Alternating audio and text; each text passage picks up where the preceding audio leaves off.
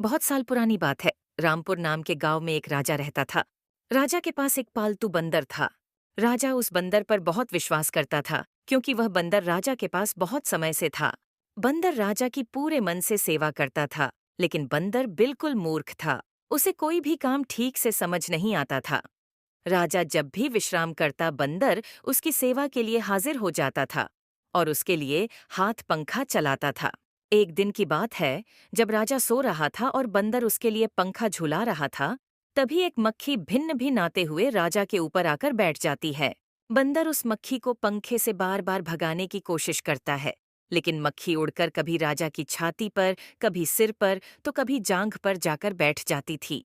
मूर्ख बंदर काफी समय तक ऐसे ही मक्खी को भागने की कोशिश करता रहा, लेकिन मक्खी वहां से जाने का नाम ही नहीं ले रही थी। यह देखकर बंदर को क्रोध आ जाता है और वह पंखा छोड़कर बाजू में रखी राजा की तलवार निकाल लेता है। जब मक्खी राजा के माथे पर बैठती है तो बंदर तलवार लेकर राजा की छाती पर चढ़ जाता है। यह देखकर राजा काफी डर जाता है। फिर मक्खी माथे से उड़ जाती है तो बंदर उसे मारने के लिए हवा में तलवार चलाता है। इसके बाद मक्खी राजा के सिर पर जाकर बैठ जाती है तो बंदर के तलवार से राजा के बाल कट जाते हैं और जब मूंछ पर बैठती है तो मूंछ कटते कटते बच जाती है। यह देख राजा कमरे से जान बचाकर भागता है और बंदर तलवार लेकर उसके पीछे भागता है।